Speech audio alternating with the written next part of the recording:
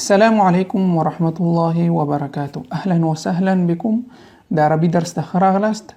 په دې درس کې به ضماير په باره کې خبرې کوو چې عربي کې کوم ضماير دي. نو خپل درس پیلو. الحمدلله رب العالمين والصلاة والسلام على خير خلقه محمد وعلى آله وأصحابه أجمعين. سبحانك لا علم لنا إلا ما علمتنا إنك أنت العليم الحكيم. رب اشرح لي صدري ويسر لي أمري واحلل عقدة من لساني يفقه قولي. ربي زدني علما. په عربي کې مونږ درې قسم په هر ژبه کې مونږ درې قسمه ضمایر لرو. یو متکلم، یو مخاطب، یو غائب. یعنی غائب په دې معنی نه چې بیخي غیب وي. غائب دریم شخص ته ویل کېدای شي هغه حاضر وي، کېدای شي حاضر نه وي. اول متکلم په باره کې خبرې کوو چې متکلم چاته ویل کېږي. متکلم هغه چاته ویل کېږي چې څوک خبرې کوي. مثلا دا زه اوس خبرې کوم تاسو ته، زه متکلم شوم. نو متکلم دوه ضمایر دي. ضمایر اصلا څه ویل کېږي؟ پروناون. انګلیش کې پروناون هی شي اټ آی وی یو د دې ته ضمایر ویل کېږي، پروناون ته ویل کېږي. نو متکلم دوه ضمیرونه دي، یو انا ذ، بل نحنو مونږه. انا واحد متکلم ته راځي چې یو کس وي هغه ته انا ویل کېږي. مثلا دا زه اوس تاسو سره خبره کوم، زه انا شوم. انا ادرس لكم، زه تاسو ته درس درکوم. انا زه. نحنو مونږه، نحنو مونږه چې مثلا زه اوس تنها یم ماته انا راځي. که زه اوس دلته یو ما سره یا دو نور ما سره هغې ته بیا مونږه نحنو کلمه استعمالو. اوس وروسته تاسو ته وایم چې نحنو په مثال کې تاسو ته توضیح کوم. دویم مخاطب ضمیرونه کوم دي؟ مخاطب ضمیرونه دغه شپږ دي. انګلیش کې مونږ وایو یو. ایو مفرد تم راځي او جمع تم راځي. او عربي کې داسې نه ده. عربي کې یو مفرد ده، یو تثنیه ده دوه کسان، او یو جمع ده چې جمع ټولو ته راځي. نو اوس انت ته، انتما تاسو دوه، انتم تاسو ټول سړي مذکر لپاره دا راځي. البته دا درې واړه د مذکر دي. اوس مؤنث انت، انت ته یو انجلی یا ته یو ښځه. ته انتما تاسو دوه انجلی یا تاسو دوه ښځې.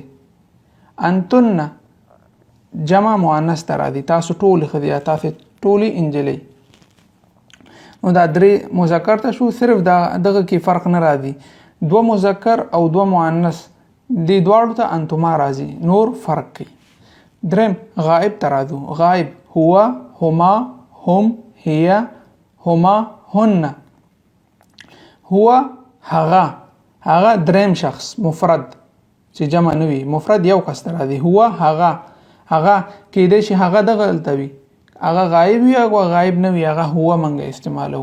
مثلا یو موږ نه یو سړی لره لږ ولاړ دی، نو موږ دوه کسان خپلو کې خبرې کوو، موږ وایو هو طالب ذکي. هغه ډېر ذکي یعنی تکړه متعلم دی یا طالب دی. نو دغسې هما هغوی دواړه، هم هغوی ټول. دا هو مفرد، هما تثنیه ته راغی، هم جمع شو. تثنیه دوه کسان ته ویل کېږي. عربي کې هم جمع هغوی ټول. هي هغه یوه ښځه یا هغه یوه انجلی. هما هغه دواړه انجلی. هن هغه ټول انجلی. په تیر درس کې، په تیر ویډیو کې تاسو د ضمایرو کې غلطي کړې وه، خو مشکل نشته. دا اوس وایو چې ضمایر څنګه مونږ استعمالو. او ضمایر مثلا که مونږ سره منګه دوه ته استعمالو، باید ورسره فعل هم دوه سی. یعنی مثلا منګه انتما وایو، انتما مثلا انت طالب، انت طالب، انتما طالبان. دغه سی ضمیر سره فعل اسم یا هغه ورسته چې کوم فعل یا ضمیر راځي، فعل او بخی فعل راځي، هغه هم دغه تثنیه کیږي. اوس لاندې مثال کې مونږ وایو. اول دی مثال ته انا زه، انا طالب، زه زده کوونکی یم. انا طالب، زه زده کوونکی یم. نحنو طلاب. ګوره اول طالب جمع څه ده؟ طلاب. مونږه زده کوونکي یو، یعنی جمع زده کوونکی او جمع زده کوونکي. نحنو طلاب، مونږه زده کوونکي یو. We are students. منګه زده کوونکي یو.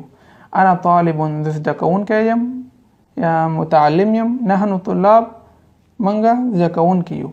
دا جمع شو او دا مفرد ته راغی. اوس مخاطب ته انت، ته، انت جمیل، ته ښایسته یې، انت جمیل، ته ښایسته یې. انتما جمیلان، ګوره ما دغه مفردو چې کله انتما تثنیه یا جمع راغی نو ورسره چې کومه کلمه راځي هغه هم باید تثنیه یا جمع شي.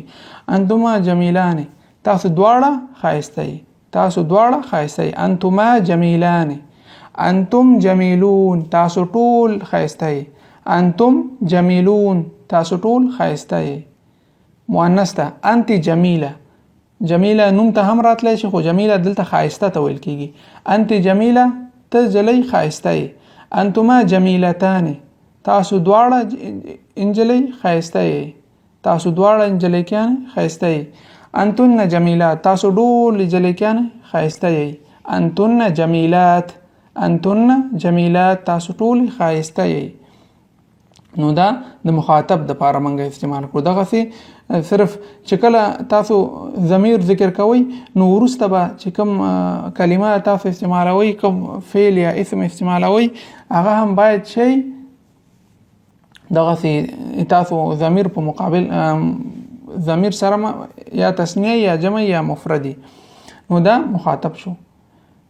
بل غايب، غايب هو معلم، هو معلم، هغه معلم دی، هغه معلم دی. دریم شخص he is a teacher، he منګه ویل کی وایو په انګلیش کې. هو معلم، هغه معلم دی. هما معلمان، هغه دواړه سړي یا هلکان معلمان دي. هما معلمان، هغه دواړه معلمان دي. هم معلمون، هغه ټول معلمان دي. هم معلمون، هغه ټول معلمان دي. مخنه غواړم. هو مفرد ته راغی، هما تثنیه ته راغی او هم جمع ته. اوس مؤنث ته ویل غایب ته ویل کی وایو. هي معلمه، هغه معلمه ده. هي معلمه، هغه معلمه ده، ښځه ده یعنی معلمه ده. هما معلمتان، هما معلمتان، هغوی دواړه معلمان دي، دواړه یعنی دواړه انجلۍ یا ښځې معلمان دي. هن معلمات، هغوی ټولې ښځې معلمان دي او استادان دي. هن معلمات، هغوی ټولې ښځې یعنی استاد دي. نو دا تاسو صرف چې کوئ د هر یو ته چې څومره کولی شئ جملې جوړ کړئ ځان سره یې ووایئ. په کومنټ کې یو جمله کولی کړئ ښه ده. تیر درس کې البته ویډیو به ډېر خلک ګوري خو کومه دنده چې تاسو ته در کوم هغه ډېر کم خلک لیکي. نو دې ته یو جمله همدغسې ضمیر ته ګورئ او دغسې هغه جملې ورته جوړئ. تثنیه ته تثنیه، جمع ته جمع. او بل یو نوٹ د غیر عاقل جمع لپاره هذه راځي. مثلا هذه اقلام، که مثلا غیر عاقل وي قلمونه، منګه اوس وایو په پښتو کې قلمونه، قلم یو جمع قلمونه. نو عربي کې دې ته منګه هذه استعمالو. جمع غیر عاقل ته منګه هذه اقلام، هذه بیوت، هذه منازل، هذه مدارس. دغسې نو دې ټول ته هذه راځي. نو درس لنډو چې موږ ضمایر نن ویلې چې ضمایر په درې قسمه دي: متکلم، مخاطب، غائب. متکلم کې صرف انا، زه، نحنو، مونږ راځو. مخاطب کې چې مخاطب چې چاته مونږ خبرې کوو، زه اوس تاسو ته خبرې کوم، تاسو دلته مخاطب یې. نو مخاطب شپږ ضمیرونه دي چې انت، درې د مذکر دي او درې د مؤنث دي. انت، ته، انتما تاسو دواړه، انتم تاسو ټول، انت ته یو انجلی، انتما تاسو دوه انجلی او انتن تاسو ټول انجلی کانی. هو هغه یو، هما هغه دواړه، هم هغوی ټول، هي هغه مؤنث یو، هما هغه دوه مؤنثي، هن هغوی ټول مؤنثي.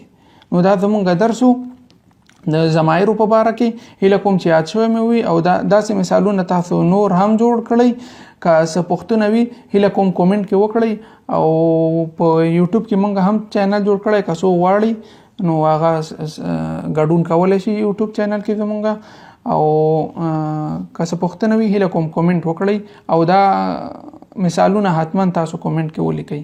که څه هر څه پوښتنه وي تاسو کومنټ کې وایي، موږ آینده ویډیو کې هم کوشش کوو چې دغه تاسو په ویډیو کې دا ځوابونه درکړو. نو په دعاګانو کې مو یاد ساتئ. والسلام علیکم ورحمت الله وبرکاته.